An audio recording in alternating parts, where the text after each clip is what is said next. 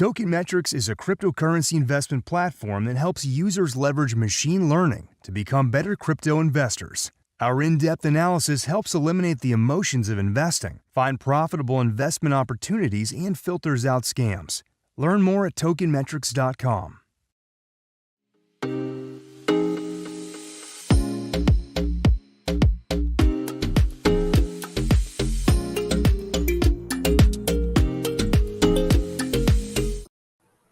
We are live. This is the market update. Which market update? The market update that you can trust. This show is brought to you by tokenmetrics.com, where our private group members are snug as a bug in a rug and out of harm's way. If you need a roadmap in crypto, or you've been listening to the wrong people in crypto, subscribe to this channel. Come on. Share the stream, tell your friends, turn on the alerts bell so you know when we're going live. And of course, if you want to get us to 1,000 likes, help us out, please. All right, let's welcome who's on the stream. Okay, Soli Soul is here. Peter File, what's up? Bull Runner, Huckleberry Native, The One. What's up? All right. SKT Khan, thank you. Right. Spin is here. Algeria. Right. Raymond. Hello. Hello. 700 ETH looking good according to Tyson. How about 350? 350 ETH. Want to know more? Don't go anywhere. East Tennessee, Miami. All right. Yeah. Red hat today. Going to tell you why. Crypto Smart Investing, CB from Chicago, right? Cardano TA. Okay, you want to be careful in Cardano. I like Cardano, but you may get to buy it at a really good price. San Paulo, Brazil, right? Georgia, right? Akim Holland is here. Leeds, England, as usual. Welcome. The Grim Reaper of crypto. Maybe. Maybe you could call me that after what you hear, what I tell you today. We got Montreal, all right, tuning in for the F1 race this weekend. Azim says we are all going to make it. Folks, don't drink the we're all going to make it Kool-Aid yet, all right? Don't go anywhere. Okay, Crypt Crazy is here. I will tell you like it is. All right. Somebody said, Bill, I was told there would be a Lambo. Okay. We don't necessarily do Lambos on these shows. That's for the next bull cycle. But, you know, I guess if you're a mega short seller, you might have a shot at a Lambo. But again, don't want to be telling people that because they bet the rent money. They call me up. They tell me that they're wrecked because it gets squeezed out and then the market goes down. So when you're trading, don't think about Lambos, even though it's a good TV joke, and I appreciate that. Okay, Boss Nova. Boss Nova is here, right? Scottsdale, Arizona, right? Jamal with the Notorious Love. Manchester, UK, Wisconsin. All right? Let's see. We got St. Pete today, Florida, but not on the UPS truck. Well, can't be on the UPS truck every day, thank God, right?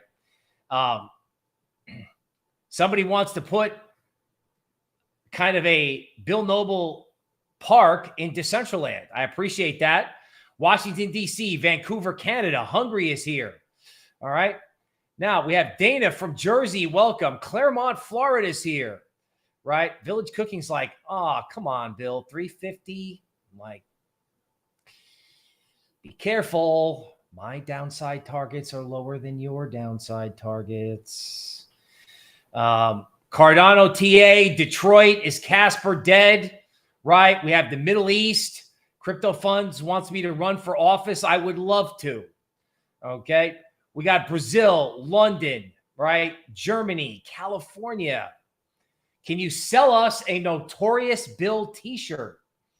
Well, Notorious Bill t-shirts are classified clothing. I don't even show them on the air, but they are pretty cool. So we'll keep that in mind, right? We have AVAX under $1 question mark.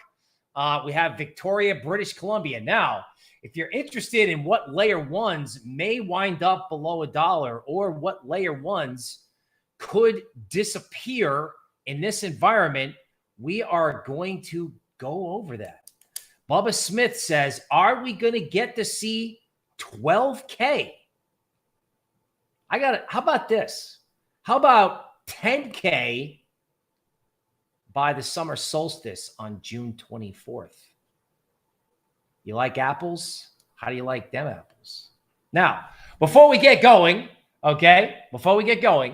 somebody on my Twitter said, Bill, I want you to send out an I told you so text. Now, that really hasn't been my style on Twitter, although I see these guys showing off the percentage that they make on their trades. And, you know, guys who toot their own horn, yeah, they get a lot of followers, right? So I normally don't do that. But I got another reason why I haven't sent out I told you so. That's because it hasn't happened yet. You're like, wait a minute, the market's down this much and the thing you talk about hasn't happened yet? I'm like, yeah, that's right. It hasn't happened yet. So with that in mind, okay,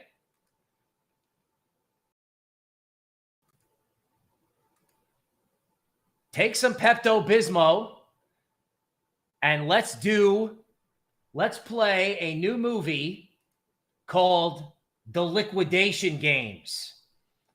So instead of the Hunger Games, it's the Liquidation Games.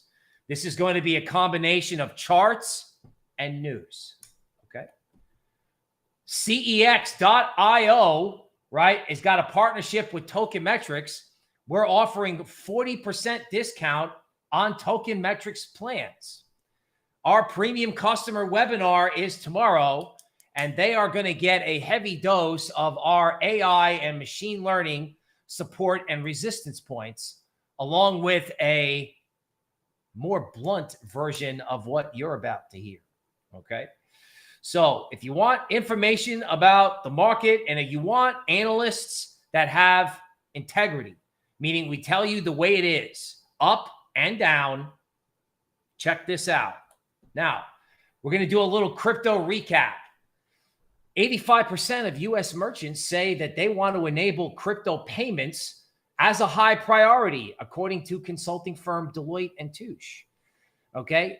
According to Deloitte, right, people are looking to have you pay with crypto. This reminds me of Edward Snowden at Consensus when he said, stop investing in crypto and start using it. And as soon as he said that, the market just, see it. Number one presentation at Consensus. As far as I'm concerned, it was life-changing. Crypto is going to be used to pay for things. It may have its 100Xs in there, but this whole FOMO bullshit that's been going on with the Fed printing money is about to get unwound. Crypto will be a form of money, not a way of just like making money on investments. Binance dominates the Tether market. Its market share has grown steadily from around 20% to 73%. Really happy to know that one of the biggest crypto exchanges is possibly associated with the stablecoin that, you know, that could be the final leg in July is Tether. Okay, JP Morgan economists see the Fed hiking 75 basis points this week. I don't think so. And here's why. Because if the Fed tightens 75 basis points, they're going to hasten the blow up in legacy. What does that mean? Well, you know, if we've had a Luna and a Celsius in crypto, there are Lunas and Celsiuses over in legacy too. They may not be as horrible, right? But they're out there. And it could be central banks. So, like, if the Fed jams interest rates higher or deviates from its plan and gets more aggressive, it could actually blow up the European Central Bank. How does that work? Well, I don't exactly know, but there's something out there, and it ain't no man, and it's in crypto, and now we know that, but it's also in legacy. So if the Fed doesn't do 75 basis points, of course, the equity Kool-Aid trade will be to go up. Crypto may go with it. But if they don't do 75 and they stay on their plan, it's essentially an admission that there's a blow up out there in legacy. Okay, $100 million exited crypto funds in anticipation of hawkish monetary policy. Okay, along with men behaving badly in crypto in terms of the guys that run these things. Okay, 8 of the top 10 NFT projects have posted 115% increase in 24-hour trading volume as the floor prices of many top collections tumble. Wait, what? No one wants the most absurdly speculative asset class in the middle of the 1929 crash, crypto version? This is exactly what happened in 29, where the most speculative stuff disappeared. Now, personally, just to qualify, I want to get long AF any NFT that feels like real art. Like, I don't know, who's the next Andy Warhol? Picasso. Where's the art in NFTs? You can find the art. You may be able to pick it up super cheap, and that is the next NFT moonshot. But the speculative sludge that's out there, please, right? Right straight out of the 1929 book, right? Anything that was like made up magic value back then, gone. Zero. New York City Mayor Eric Adams speaks out against proof of work mining ban legislation, asking the governor to veto a 2-year moratorium on mining. I mean, when it comes to New York, I mean, I don't know if they could get their head any farther up their ass in terms of how they run things, right? The city is a war zone, right? They outlawed gasoline lawnmowers, and now they won't allow crypto mining.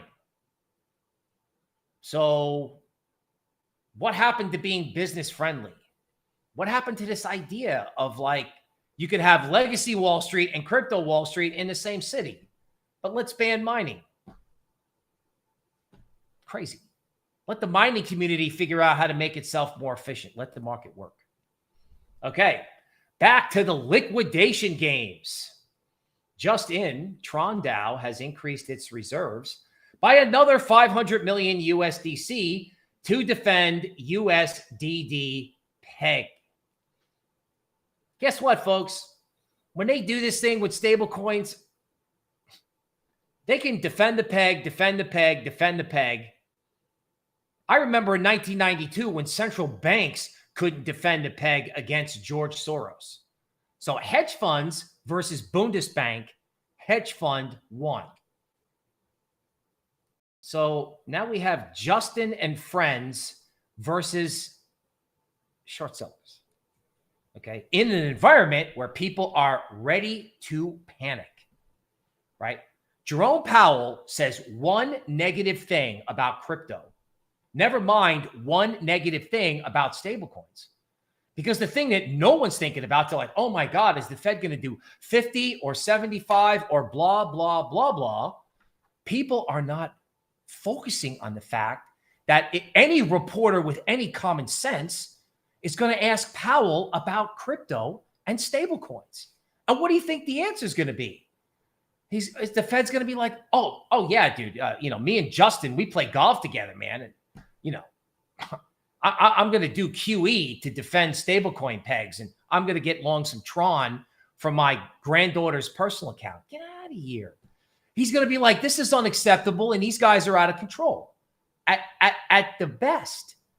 At worst, he may just give you a real strong look, right? And be like, yeah, we're going to look into that and keep it real vague and nasty. What do you think happens when that, what do you think happens? You think Tron is going to be able to defend like the sequel to UST? Please. Let's go to Bitcoin. We got to talk about Bitcoin, and I'll tell you why we got to talk about Bitcoin. In 2021, Bitcoin went up 20K in 3 weeks. because institutions and Michael Saylor they're just like, we're buying it. That's it. We're getting long. Okay. 3 weeks, whoosh, 19K to 42K. All right. So now here we are. And the market started at 31K. And here we are in June, 1 year later. And is somebody going to tell me that Bitcoin can't go down 20K in 3 weeks? It went up 20K in 3 weeks, and markets love symmetry. But nobody wants to talk about the fact that it could just do the opposite. So why can't Bitcoin go from 30 to 10? The target of the head and shoulders top is 14. We're going to tell you why that number matters. And I don't see any reason why it just can't go to 10. Or just totally dislocate because people panic. I mean, if you have Luna, Celsius, right? And then you have stable coins or STE, staked ETH start unwinding, hedge funds unwinding. Bitcoin is not collateral. Bitcoin is a cool form of money. That's it.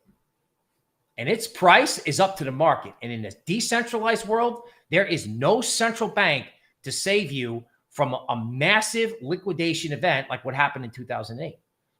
In 2008, you want to know how the government solved the problem? They made every single bank, whether or not they were solvent or not, take 10 billion in capital. So everybody, including the firm I worked for, had to take 10 billion whether they liked it or not, to get everybody to calm down, make sure the banks had enough capital. And then Bernanke turned on the printing press. And we didn't really know what that meant at the time, but they just started printing. Who the hell's going to do that in crypto? Nobody. Right? And you got a whole host of people who are going to get liquidated, and we're going to go through all that. Okay? Here is a shot, and we may do this. I may pull this up live. So this is a Celsius vault, as I understand it. Okay? It's from the Oasis app, and they have put a ton of wrapped Bitcoin into their fund. It looks like collateral locked is 500 million. And the liquidation price is 15,152. And you're like, huh. So you mean if Bitcoin goes to the head and shoulders target, or Bitcoin goes down 20K in 3 weeks, the way it went up 20K in 3 weeks last year, Celsius gets liquidated? Simple TA. This guy's a sitting duck, right? This guy would have to get his liquidation price down to like 7K to be safe. If he can do that, well, good. Because we don't want crypto entities to blow up. But this guy put his target right above where everybody is going to attack, knowing that there's a chart point at just below. Okay, Tron, right? USDD. I'll show you that chart in a second. 0.059 shows up in a chart. So this is now down to, just so you know, 90-minute charts or 89-minute charts in GANN, right? In other words, this is getting so severe that you really got to get creative in order to chart it, to figure out what the next read is. So if you got 0.059 acting as resistance in Tron, the next level is 0.051, and the downside target may be 0.035. I have no idea how these guys are going to defend a Depeg, right? And Tron had been outperforming, which is not shown here. Tron had been outperforming, right, as the market had gone down. So if this thing starts underperforming and starts catching up with everybody else, what happens to this coin? Like, honestly, like, you know, if they figure it out, of course, we're okay with that because we don't want people to blow up. But Mr. Market is sitting here at 0.059, and it's kind of scary because if you look at USDD, right, this thing continues to flush lower and flush lower. They keep defending it. And it looks like it's just hanging out right where it initially came out at 98 cents. Are they going to be able to defend this? Okay, I don't know. But what happens if they can't? Like sometimes in 2008, it was like this. The smallest things start the biggest chain reaction. Near. Okay. So Near has a whole bunch of things and a whole bunch of reasons why it's a great layer one. Venture capitalists loved it so much, they came in and paid 8. That's how much they liked it. Seems strange that Near cannot get above a hidden pivot point at 3.5. And if Near really fell apart, it could go to 1.5. Now, why would Near go from 3.5 to 1.5? Well, I don't know, but let's look at some support and resistance to find out. So in our quant machine learning AI support points, which I cannot possibly see how you're going to navigate the next 6 months in crypto without this. We put it on the show. We give it to our private group. And soon this exact format will be on our website. So Near had support at 395 and it broke it. And it's not getting back above it. And the next point's at 275. And the point below that is 175. So if you go back up here, 3.5 is acting as resistance. 3.95 is resistance on AI. So unless there's going to be some huge rally in Near, and even if there is, they're going to run into sellers at 3.95. And look at USDN. This is the stable coin associated with Near, and it's at 0.95. And I don't like the Williams oscillator in this thing. Right? They're going to push and push and push. And there may be a squeeze tomorrow. I don't know. There could also be a huge flush. You could also get the type of volatility in the market that you're currently seeing in stablecoins. So it could be down, up, down, up, down massively. I'm going to show you the GANN work later. I think you got anywhere from 2 to 3 days to get your book adjusted before this thing goes nuclear. Because, you know, this is not fancy TA, folks. This is just stable coins with red candles trading below $1 with the associated protocols sitting just below resistance. It now takes 48 hours to withdraw your funds out of Coinbase and up to 14 days to send the money to your bank. Yesterday, we discussed Binance's little hiccup about Bitcoin withdrawals and what happens if there's a failure at Coinbase, even if it's like a 2-week shutdown, right? What happens if you go to press the sell button and you can't sell? What are you going to do? You're going to panic. This is what creates panic. And I have talked about this, and people don't know what I'm talking about, but they're about to find out. This is liquidity risk. Like they want to get out of Celsius, they can't. They want to get out of Coinbase, you can't. What's next?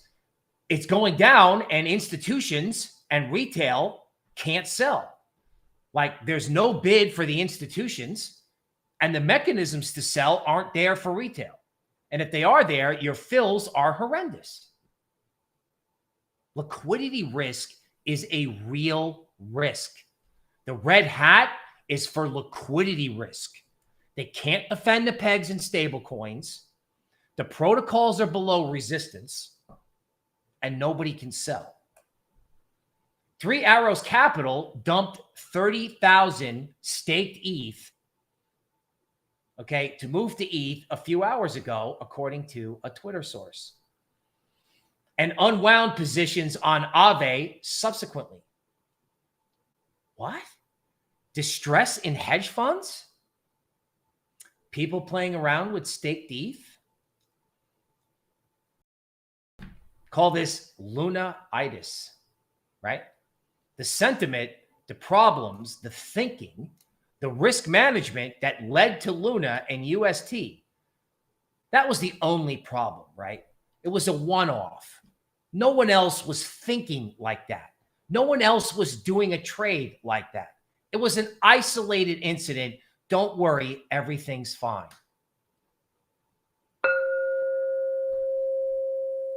The kiss of death. 3 Arrows Capital is not a small fund. It's not.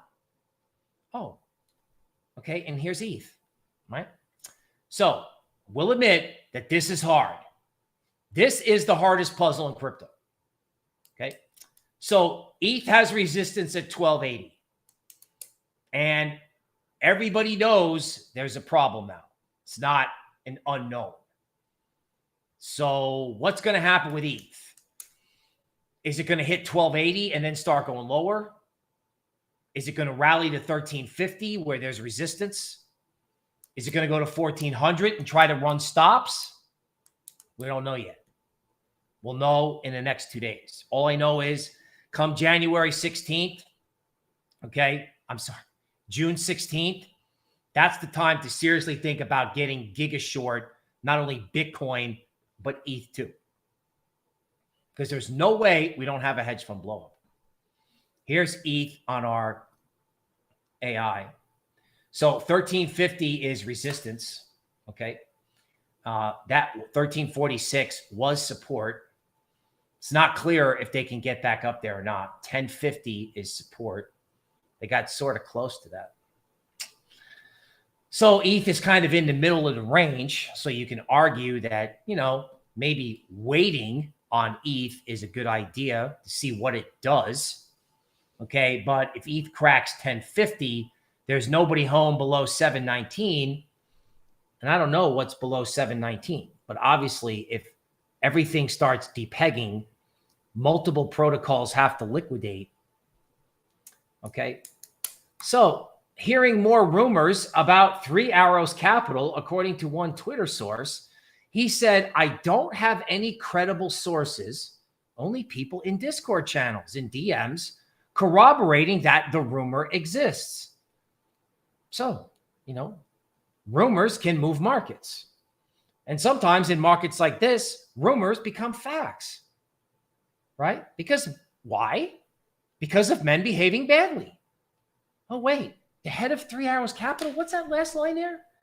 Oh, the 3 Arrows Capital head deleted his Instagram account overnight. Huh. See how partying and doing stuff while his fund's about to blow up?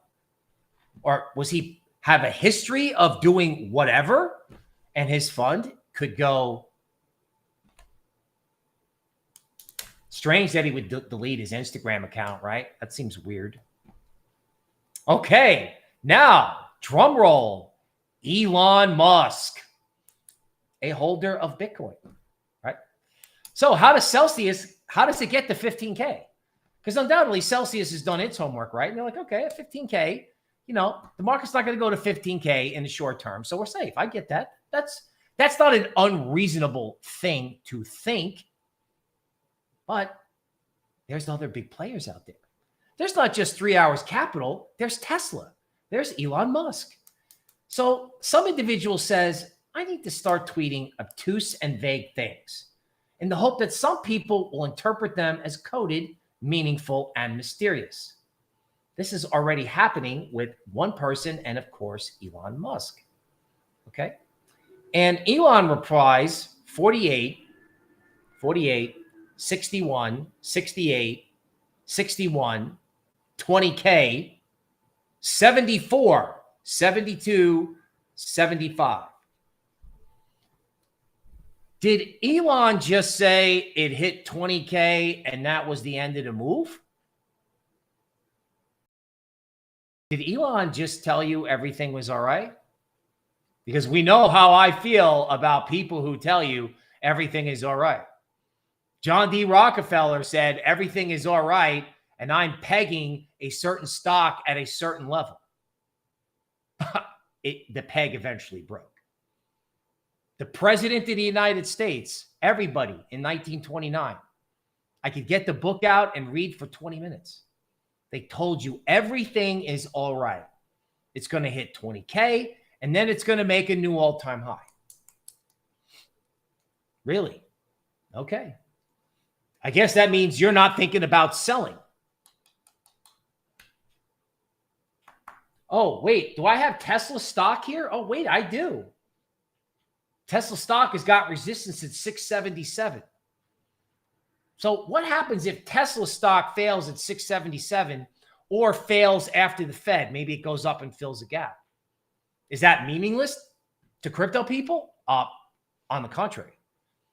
I think if the Fed comes out and whatever happens, when the equity market settles down, because they always do the everything is all right trade, if Tesla starts failing, you know Elon has got a Bitcoin problem. Bitcoin correlation matrix from tokenmetrics.com, Polkadot, Ethereum, FTX, Binance Coin, Engine Coin, right? Bitcoin goes, that stuff goes with it. Lowest correlation to Bitcoin, Pax Gold is in there. Pax, interesting, right? Now, who knows if gold can withstand a higher dollar? Maybe not, but you got to start thinking about these things. Okay, here's Bitcoin on a chart. Okay, we have 24,500. Okay, I have 23,200 on GANN. MicroStrategy. Check out that Williams oscillator on a monthly chart. The Williams oscillator just started flashing a warning signal. That's right. Let me say that again. In MicroStrategy, the warning signal has just been flashed. So people are like, Bill, where's the victory lap? I'm like, we haven't had the event yet. This is not the event. The event is MicroStrategy at $9.55. Because if Celsius gets liquidated, if two stable coins break their peg, staked ETH blows up hedge funds, right? And then Celsius, Musk, and Saylor all are forced to sell. Where is this market going to go? Who in God's name is going to absorb all of that supply? That's either going to come in through physical Bitcoin selling or the derivatives market, which is worse because that can create more violent selling. Oh, by the way, if you think your Bitcoin is safe because it's on an exchange and you can get it out, yeah, you're not going to get the Bitcoin out. If the exchanges fail, your funds that are stuck there are their funds. That's in the Coinbase fine print. So what the hell happens to these guys? Where are they going to get the liquidity to get out? I mean, I'm just doing the math, right? It's not FUD on Bitcoin. It's not FUD on any one particular entity. If all of these people have to sell at once, what happens? The Fed buys it? Oh, wait, no, it's crypto. There is no Fed here. They have to just re-auction everything.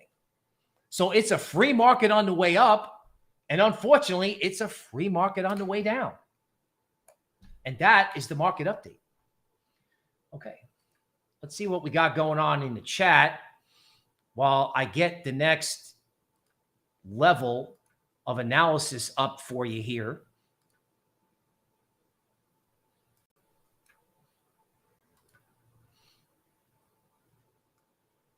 All right, so here we are. Let's share screen. And let's get going with market update part 2. Okay, so someone's asking for Chainlink. Dr. Berger says this old man, wait, I got to read this. This old man is what? So cliched? Yeah. This old man is so cringe. Okay. You got to remember, when you have cringe, you got to lean into the cringe. That's what somebody told me. Oh my God, listen to this clown. Ah, ha, ha. Okay. Interesting how you're listening to this clown. Ah, ha, ha. And hopefully you can make fun of me all you like, but hopefully you have protected your portfolio. Because even though you're making fun of me, I still want to help you. Okay.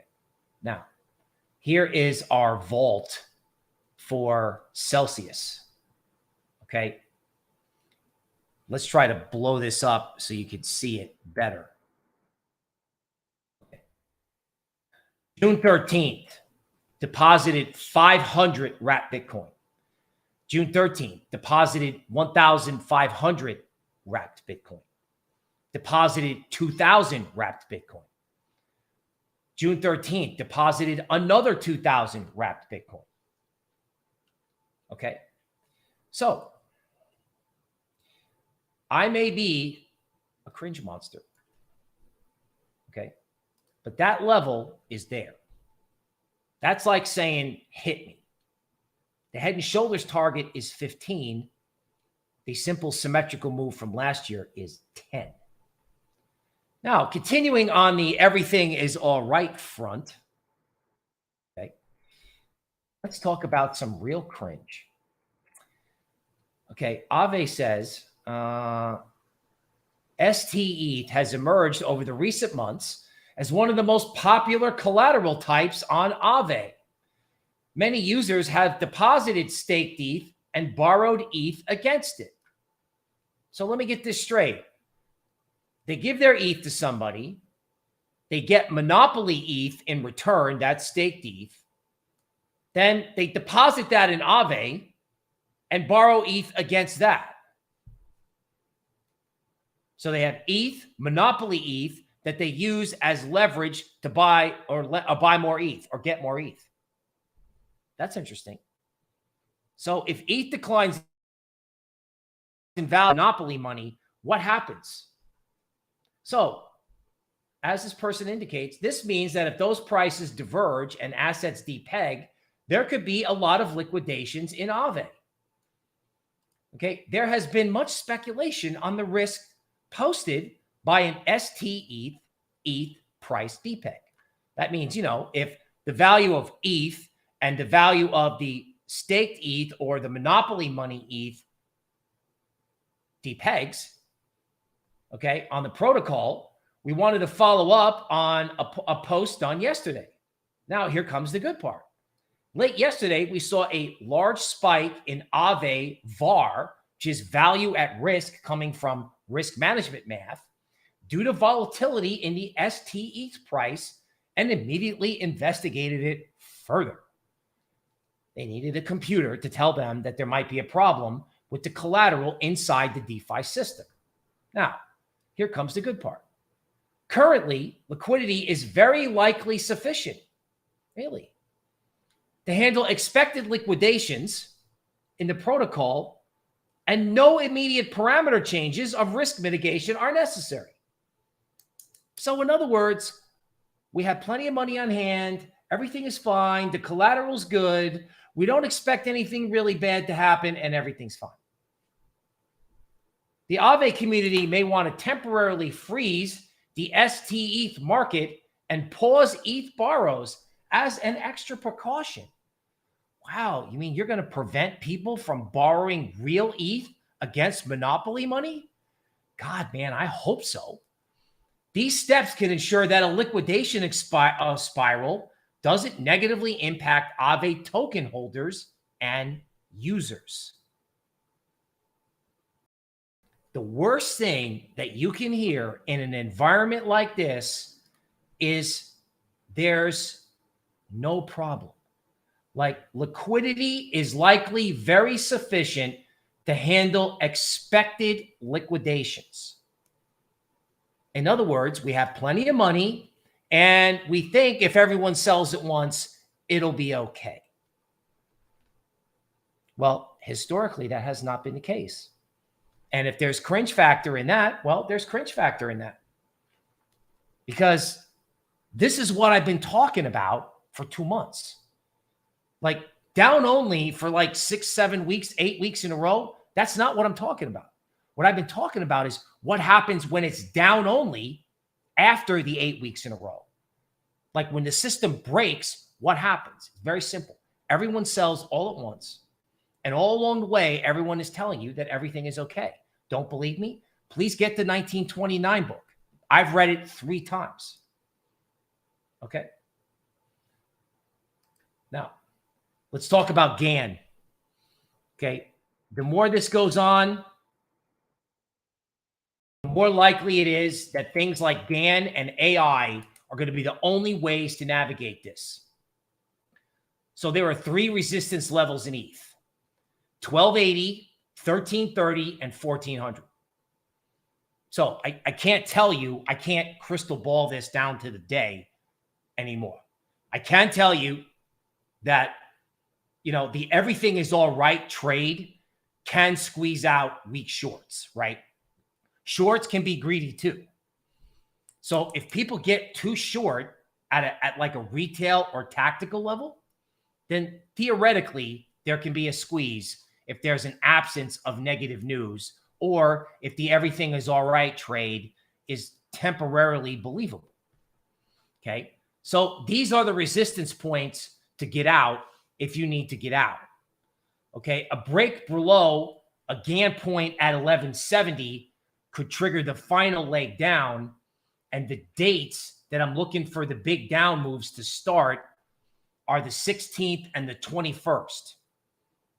So you could have down on the 16th, recovery, down on the 21st, and then between the 21st and the 24th, that could be the epic move.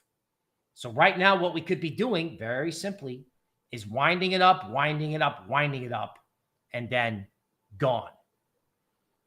Now, maybe this happens later, or maybe it happens sooner rather than later. It takes one negative comment about crypto from Jerome Powell to ignite this whole thing. And I would rather crank up the cringe now than have people get smoked, because there's a lot of people out there that are like, okay, well, I'm already down 80%. Okay. Well, what about the rest of your capital? Right? I mean, if ETH's going to 700 or 300, wouldn't you want to have some money to get involved at that point? Okay, let's go to Bitcoin. Okay, so 22,500 is a bearish trigger point. Keep in mind, Bitcoin is the thing that Celsius deposited as collateral, because after all, everyone's safe in Bitcoin, right? Bitcoin is safe. Don't worry. It'll be okay. We'll put Bitcoin in and everybody will calm down. Okay. Edward Snowden criticized Bitcoin developers for not adding a privacy layer to Bitcoin. He didn't say anything negative about Bitcoin, but he did make a really excellent point. He's like, does Bitcoin have all the features it needs to be everything everyone wants it to be? But don't worry, you're safe in Bitcoin. You may be safe in Bitcoin in 6 months, but you're not safe in Bitcoin now, because 22,500 is a bearish trigger point. And if ETH fails at 22,500, crypto goes down, period. Right? They can squeeze out some of these altcoin positions like they could squeeze ETH. I'm not saying that they can't do that. But I'm saying if Bitcoin cannot get above 22,500, you better look out. Even if they are trying to squeeze alts. Okay? And in Bitcoin, right, the angle intersections on June 19th and June 16th indicate that that's when the big moves can happen. June 16th would be Jerome Powell's press conference. And this comes off GANN work. So again, I didn't make up the fact that, you know, Jerome Powell could say something and the whole thing could just get wrecked. Okay. Now, somebody was asking about Cardano. I think when it comes to Cardano, you've had some really nice outperformance lately. Really nice. Okay. But I don't want people in Cardano who want to buy Cardano, because believe it or not, I actually want to buy Cardano when this is over. I actually want to own this coming out. I want to own Cardano and Zcash are my contrarian bets coming out of this mess. Okay. Now, if Cardano holds above, say, 46 cents, it's fine, right? So if all this is just, you know, a bunch of FUD on Twitter and Cardano's above 46 cents, it's fine. Okay. If Cardano goes below 46 cents again, okay, you got risk of 28. So if you're thinking about buying Cardano, hold off until June 24th. That's how I would do it. Okay. That is how I would do it. Okay, Spin says BTC will drag ADA straight down as always. Okay, yeah. I started with Cardano because I want everybody to be careful with this idea that, oh, my coin is up today, I'm safe. No, you're not. And it doesn't matter what coin we're talking about. It does not matter. Okay. JCH says no DCA as yet then. Okay. I think the days to start DCA are anywhere between June 22nd and June 24th. Let the mega crash happen. There'll be a huge bounce. Everyone will think everything is okay. And then after July 4th, there's going to be a stock market event. I don't know what happens to crypto back then. There's only so much crystal balling I can do. Okay. Okay. Someone's looking for Fantom. I'm actually going to be operating off TradingView. Okay. So with Fantom, got to be really careful of this, right? Every time that Williams oscillator goes into like, I don't know, makes that little positive mountain, especially in a mega downtrend like this. I mean, if there's something wrong with DeFi, and Fantom was the ultimate DeFi play, and Bitcoin goes to 10K, where's Fantom going to be? You know what I'm saying? Like, Avalanche, we have pretty good support at 14. Okay. So there's an argument in Avalanche for support. Okay. However, the way I'm looking at this in Avalanche, this is the 89-minute chart, right?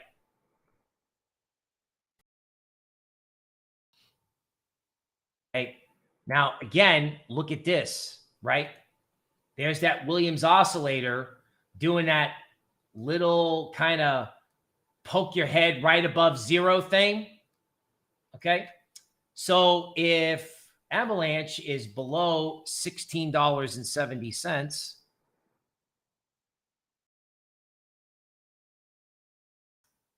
the downside target is 9. Which I'm pretty sure was close to the low in Avalanche in July of last year, right? I mean, this could be the greatest long-term project ever. But if DeFi is melting down and NFTs are a speculative asset that needs to be repriced, I'm not sure what activity there is on these layer ones that justifies a price above, I don't know, wherever venture capitalists bought it originally. You're like, well, Bill, who's going to sell at 10? Someone who bought it at 10 cents. That's who's going to sell. Like the venture capitalists are going to sell. Like there's no capitulation in the market until these guys are out. This is not capitulation, people. This is a downtrend. Now, maybe it's not going to happen today. Maybe there'll be a rally tomorrow. But I'm telling you right now, if Avalanche can't get above 1670, you know, you better seriously think about, right? You think about what's going on. Okay. Now you got Chainlink. Okay. So Chainlink's up big today. Okay. It's up 8% because everyone got caught short, right? Everyone.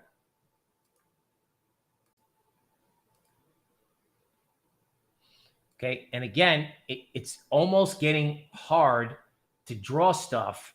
I think Fibonacci retracements may be the way to go.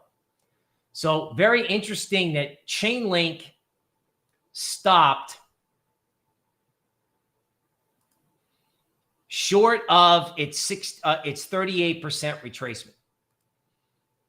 So the bears stopped out, right?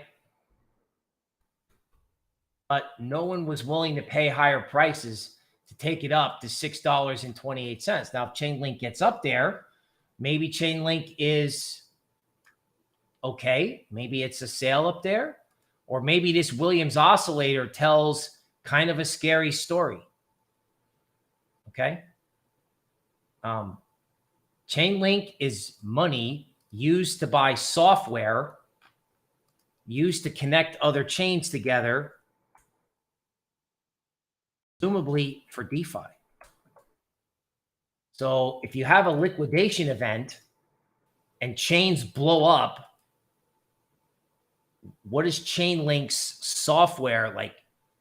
How, you know, it's Chainlink is almost like an internet stock from 2011. I'm sorry, 2001. There's nothing wrong with Chainlink as a company. There's nothing wrong with what Chainlink does. It's just what's the value of the money that they use to buy software. Okay.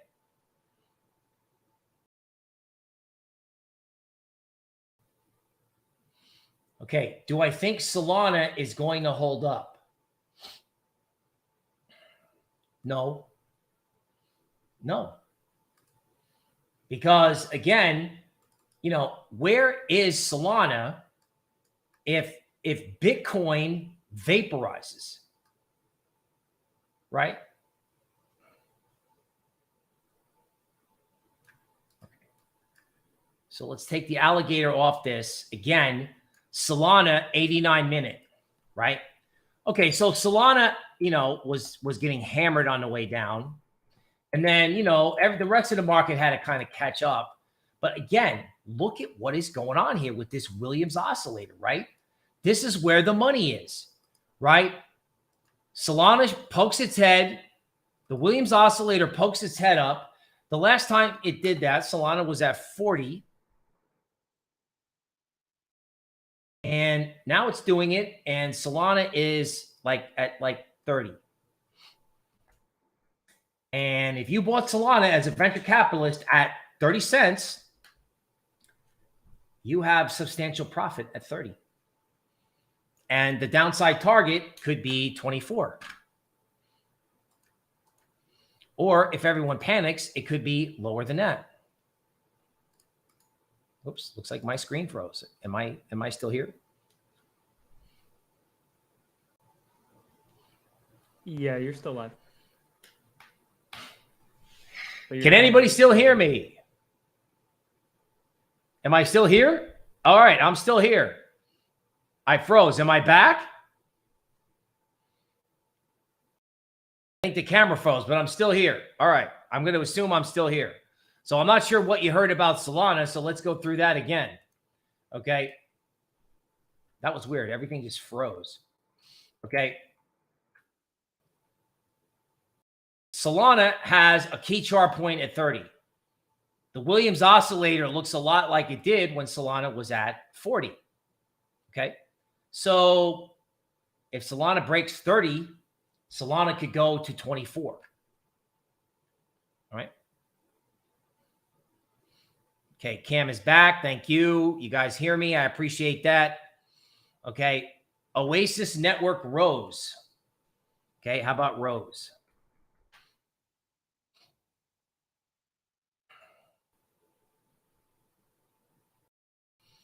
Okay, folks, same thing, right? You know, you get this you get like a 1 to 2 day bounce in some of this stuff.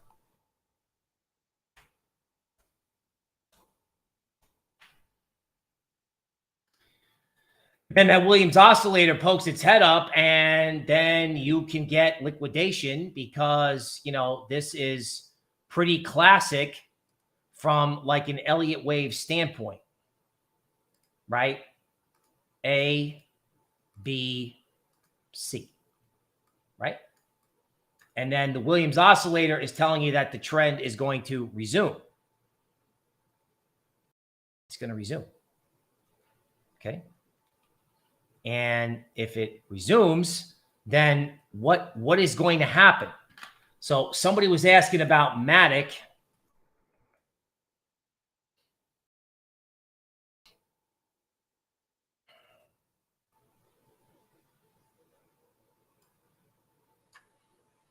Okay. So again, This thing is going so Wild West, it's getting hard to draw stuff. MATIC can probably go to 38 cents. Okay. I don't like the fact that when MATIC went down, it pulled up short of the target. A lot of times when that happens, it goes through the target. And I've been talking about some of this stuff, right?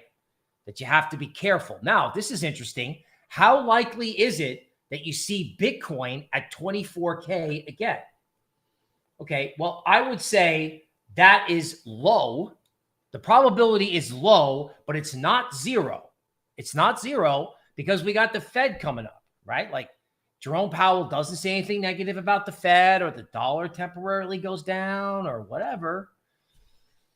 You know, I cannot tell you that there cannot be a squeeze tomorrow. That is possible. That's possible. Now, when it comes to Bitcoin, I don't care. My name is Buck, and you figure out the rest of it, right? I don't care in Bitcoin. There are too many people long Bitcoin, too many people who think they're safe, and just the size of the stuff that would have to be liquidated if it accelerated down would just create a panic. I mean, can you sit here and live with yourself if you said, you know, I'm going to wait to sell my Bitcoin until it goes back up to 24K. I want that extra $2,000 in Bitcoin if Bitcoin turns around and goes to 7 in 2 weeks or in 1 week, right? We just have this vortex lower. I mean, I get it. You don't want to sell, selling ETH at 1280 is tough. Selling ETH below 1200 is tougher, right? Because you're like, oh my God, I can't bring myself to do it. So yeah, some of this stuff could go up. It could. But what happens if it doesn't? Right? Is it worth the 10%? Now, I guess if ETH goes to 1400, it'll have been worth it to wait. We don't know yet. Okay? We do not know yet. Okay? Isaiah says MATIC will have no support if BTC cracks. Okay? When is the time frame to buy? All right? This is a good question. So the time frame to buy, I think, is the end of October or the end of September. So this is how it might play out. It depends on whether you're short-term or long-term. So the short-term buying opportunity will be at the end of the crash on the 24th of June, something around that time. There could be, obviously, there would be a substantial bounce if you had a liquidation event down to 10K. There would obviously be a huge bounce at that point, right?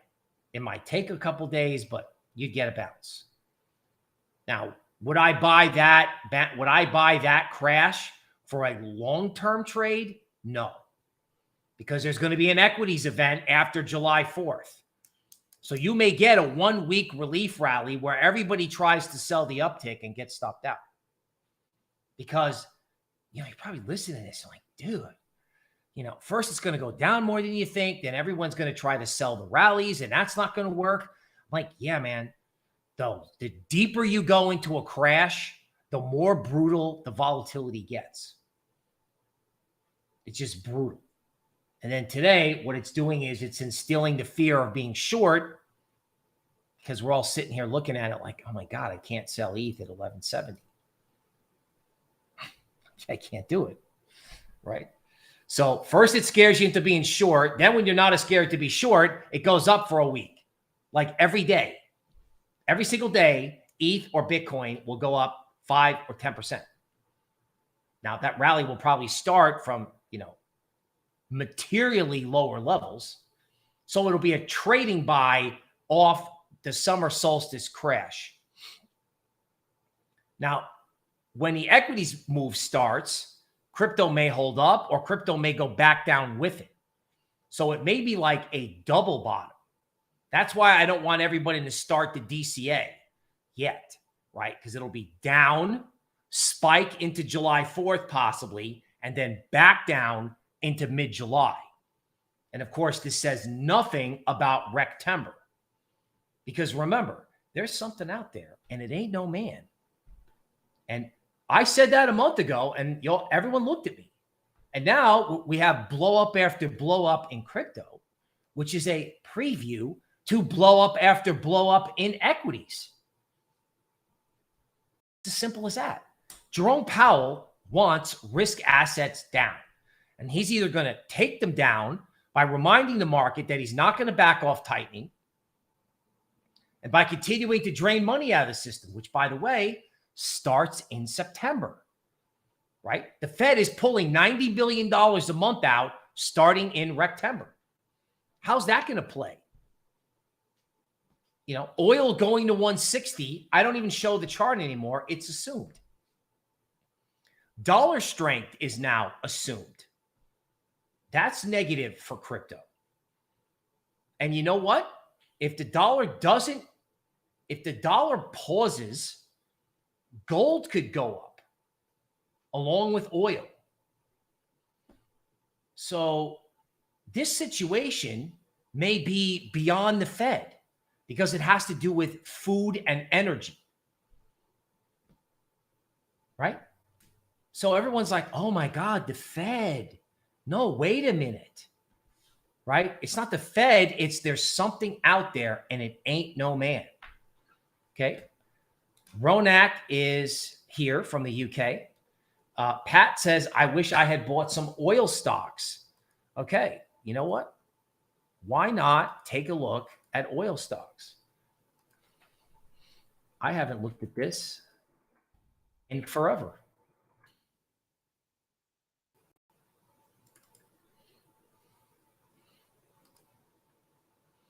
Okay, let's look at XLE monthly. Okay, so XLE making a new high. Whoops. Okay, so that's pretty much up only. But isn't it interesting that XLE has not managed to take out its 2007 or 2014 high yet? They're actually selling it up here. Now, I don't know. Maybe because they think a recession is coming. Maybe. Okay. But it would be kind of funny if oil just kept going and going and going. Now, while we're on the legacy topic, okay, I have said repeatedly that one of the biggest problems out there is what is going on in European interest rates. Okay. This is the monthly chart, okay, of the German 10-year note yield. The rally started at minus 0.65. That means you gave your money to the German government and paid them to hold it. That interest rate is now at 177. And if this was an altcoin, would you buy it? This is also a pain meter for the European Central Bank. Now you're like, okay, Bill, I got my crypto information. It's time for me to tune out. No, dude. No, it's not. Because does anybody know what happens if assets on a central bank balance sheet deteriorate in value in an alarming way? Like, does anybody know what happens if like European government debt becomes a toxic asset? And that basically all of that debt literally was bought by the European Central Bank with a negative interest rate. I don't even know. I don't even know how that gets dealt with. But if you think there's no blow up coming in legacy, can you imagine if it's the European Central Bank that blows up? I mean, again, look at this chart. This is the pain meter for the ECB. Now, the good news, which I want to end on some good news. The good news is a European Central Bank blow up probably doesn't come. That's Rectember and October. The reason I want everybody to keep the powder dry and stay out of the way and listen to the right people and subscribe to Token Metrics, okay, it's because I want you to be able to take advantage of any decline that occurs in legacy. Because if the European Central Bank blows up, the value proposition for crypto will emerge.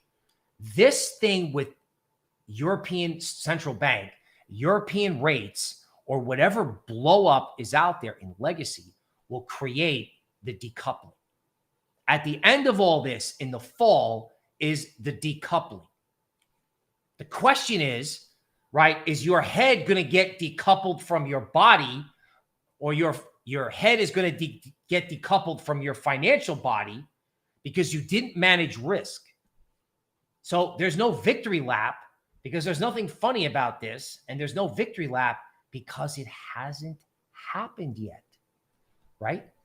I'm here to help you. I'm not here to get famous, right? If I got famous, I want to be famous for getting people out of the way of what could be an absolute disaster, because liquidity risk is the biggest risk in crypto, right? If everyone sells at the same time, and all those everyones are huge players, what happens to prices? What happens to your altcoins? What happens to the whole crypto system? The system will survive, right? Just the people who were like not smart, or the ideas that didn't work, will get wiped out. You know how people say, you know, in crypto, we're so early. You're right. We are early. And one thing that happens when you're early is that there can be really abrupt shifts where Mr. Market goes, you know what? These ideas, no. We're going to try something else. What is that? I don't know. But these ideas don't work. It's a part of being early. So if you're early, you have to be nimble. You have to engage in active portfolio management, right? You have to be smart, right? When you see things, again, you know, like it's on Twitter. I can show the Celsius vault. It's out there. I can draw on the Bitcoin chart. So if you're early, that's great. But in an innovative new world, the first things that innovate, the first things that they come up with don't always work. Ever seen the movie The Right Stuff, about the history of the US space program? Right? How many astronauts, how many brave men, right, met their end trying to go to outer space? Like, they were early. You know, now we're going to Mars. But the guys who were early, they had to face danger. And crypto astronauts are in the same space, right? I don't want you to get caught, because I want you to be able to take off when the time comes. So let's go over our summary. Liquidity risk is the biggest risk in the market. It's obvious at this point that people are going to get liquidated. Collateral isn't collateral. And everyone is telling you that everything is okay, which was the hallmark of the 1929 stock market crash, where banks failed because they were long stocks, and you had people just getting totally wiped out, right? Greedy speculators, innovators, right? Back in 29, as in crypto today, you had the three I's, right? The innovator, the imitator, and the idiot, okay? The innovator, the imitator, and the idiot. The idiots are the ones taking monopoly money ETH and borrowing money to get real ETH. Actually, they're not the idiots. The idiots are the ones who are letting people do that. Okay? So when you're early, you have to go through innovator, imitator, idiot in order to get the right mix for the future of crypto, right? So we got to get rid of the bad, usher in the good, stay safe, wait for the decoupling, okay? And listen to the right people. Subscribe to this channel and subscribe to tokenmetrics.com, okay? That's it for today, folks. I'm your host, Bill Noble. Stay safe. I will be here tomorrow and throughout Fed week. We'll see you soon.